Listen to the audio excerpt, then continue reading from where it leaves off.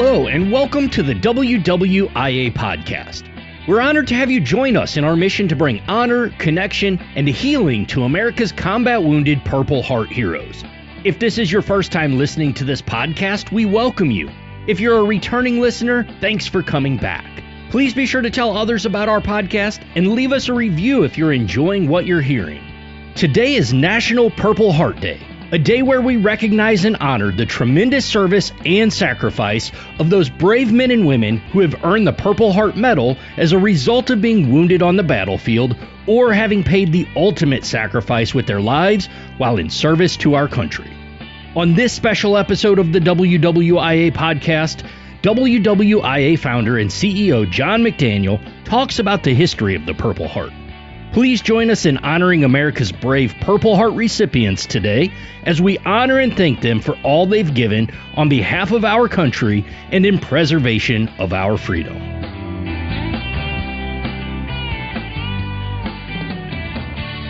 Hi, I'm John McDaniel, founder and CEO of the Wounded Warriors in Action Foundation, and this is a little podcast we're doing on the side here to commemorate the history of the Purple Heart. And for those that don't know, there's a National Recognition Day coming up here on the 7th of August, which is Purple Heart Day. And in recognition of that day, which since the foundation is a Purple Heart organization, I thought I would spend a little bit of time and kind of cover some of the history. Before I do, and I'm going to read you a little bit because I couldn't say it better, and I certainly didn't do the research like this gentleman that has and many others have regarding the Purple Heart. But I found a bit that I think is interesting, and I'll share it with you. It's kind of short, but my personal history with the Purple Heart.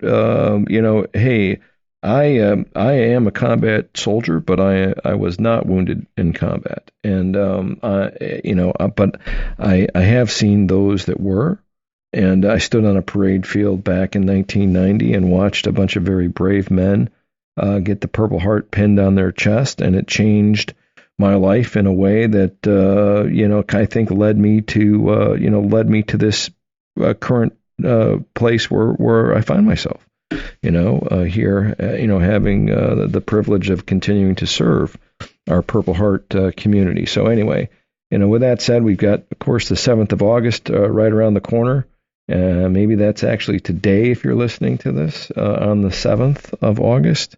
Happy Purple Heart Day. So this bit I pulled off of NPR, and it's the history of the Purple Heart. So I'm just going to read it, and we'll see where that goes. But I think this is well said.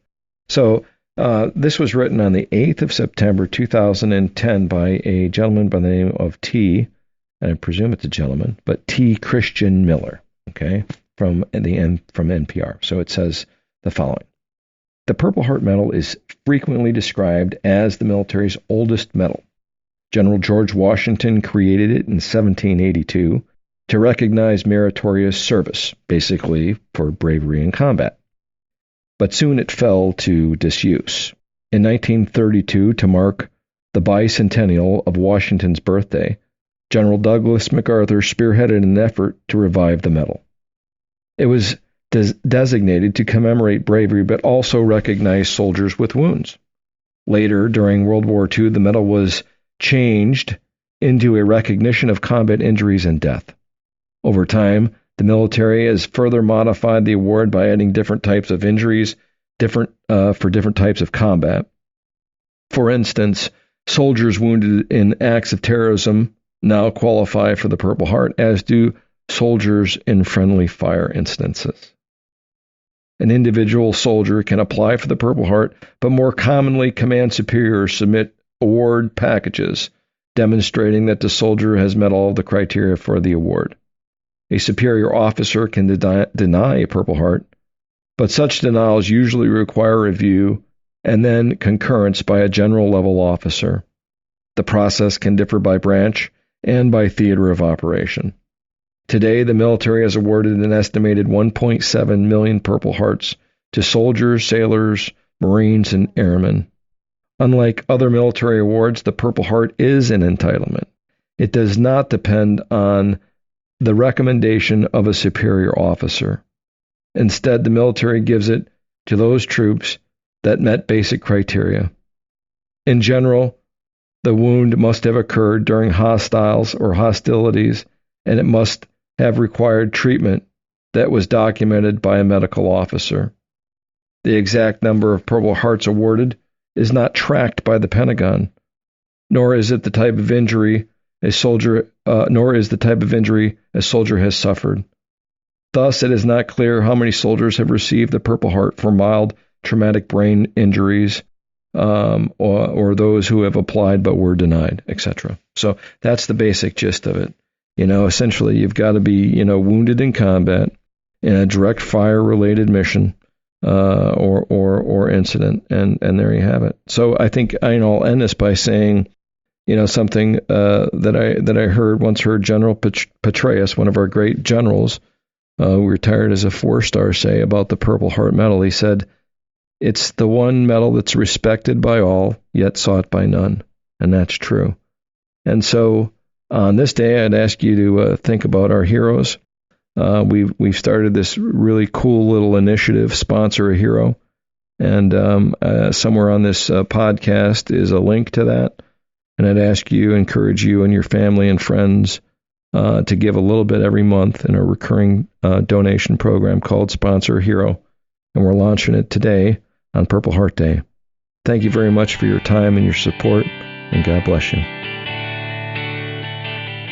To learn more about the mission of the Wounded Warriors in Action Foundation and how you can get involved, please visit our website at WWIAF.org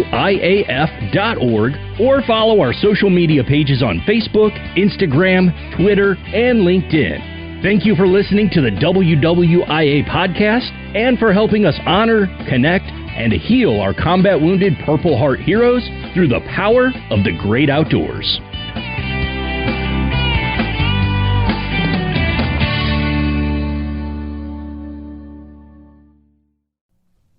If you like what you're listening to here and would like to join our team in our mission to bring healing power and recovery to America's Purple Heart heroes, please become part of our Sponsor a Hero team by clicking on the link in the podcast notes or by going to WWIAF.org/sponsor.